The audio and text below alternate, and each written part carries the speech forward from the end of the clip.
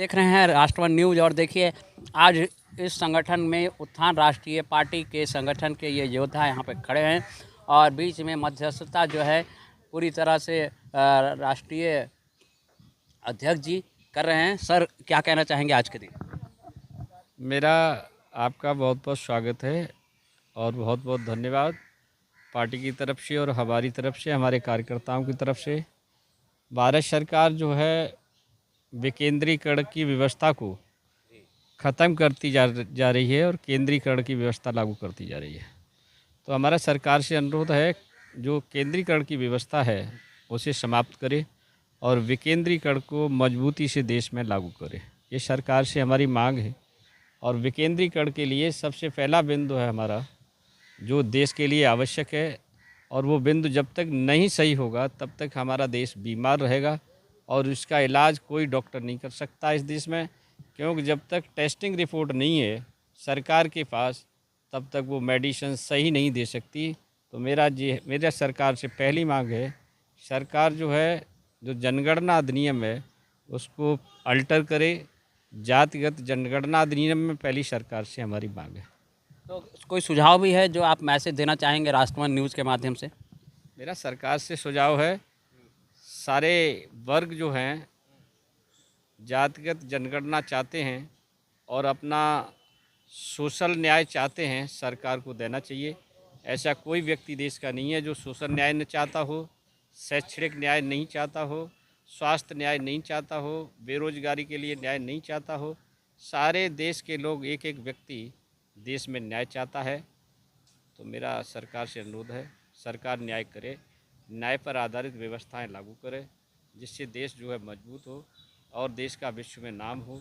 एक आदमी को मजबूत करने से देश में मजबूती नहीं आएगी, सारे लोग मजबूत होंगे तो देश मजबूत होगा। सरकार से हमारा अनुरोध है कि वो देश में विकेंद्रीकरण की व्यवस्था लागू करे। चलिए, मैं आपके कुछ और लोगों से ही बात करने तो सरकार देश की व्यवस्था कैसे बदलेगी?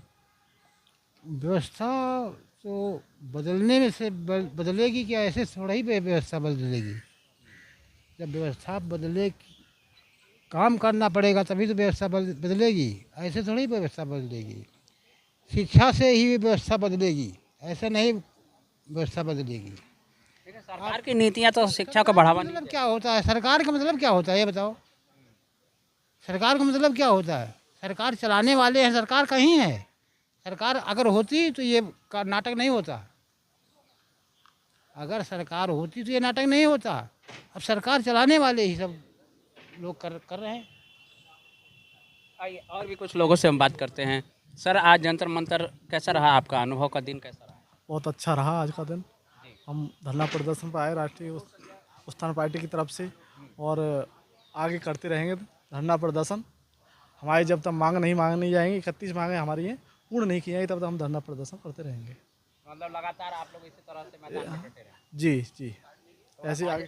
आज राष्ट्रवन न्यूज़ के माध्यम से क्या संदेश देना? राष्ट्रपति के जो मांग की गई है, हमारी मांग है जो जैसे आरक्षण की मांग, हिस्सेदारी चाहिए हमें, और कॉलेजियम की व्यवस्था नहीं चाहिए हमें, मेरिट पर होना चाहिए, और SC/ST BC के जो भी हैं उनका हिस्सेदारी चाहिए हमें, आगे विकास के उत्थान के लिए चाहिए हमें।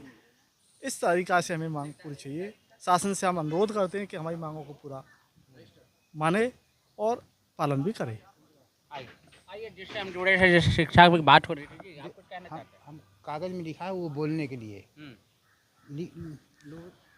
ये कोई पेपर दिखा रहे हैं, देखिए इनके हाथ में ये पेपर है और मैं दिखाना चाहूँगा कि क्या इस पेपर में क्या है ऐसा। अरे हम व्यवस्था परिवर्तन के ऊपर लिखा है। देखिए, व्यवस्था परिवर्तन के ऊपर इन्होंने बहुत कुछ लिखा है। इनके जज्बात जानने की कोशिश करते हैं हम। बताइए संक्षेप में। नहीं, संक्षेप में नहीं, पूरा पेपर पढ़ेंगे तो आप पेपर दिखा दीजिए, मैं कैमरे पर चला दूँगा। ये लो, ये दिखाओ आप बढ़िया से। देखिए जी, ये मैं कुछ पढ़ के, क्योंकि काफ़ी बड़ा इनका है, स्वर्णिम सुबह स्वर्णिम वाणी, इस तरह का इसका शब्दांश शुरू होता है। इसको हम लोग जो है मतलब कि आज ये प्रसारण कर रहे हैं।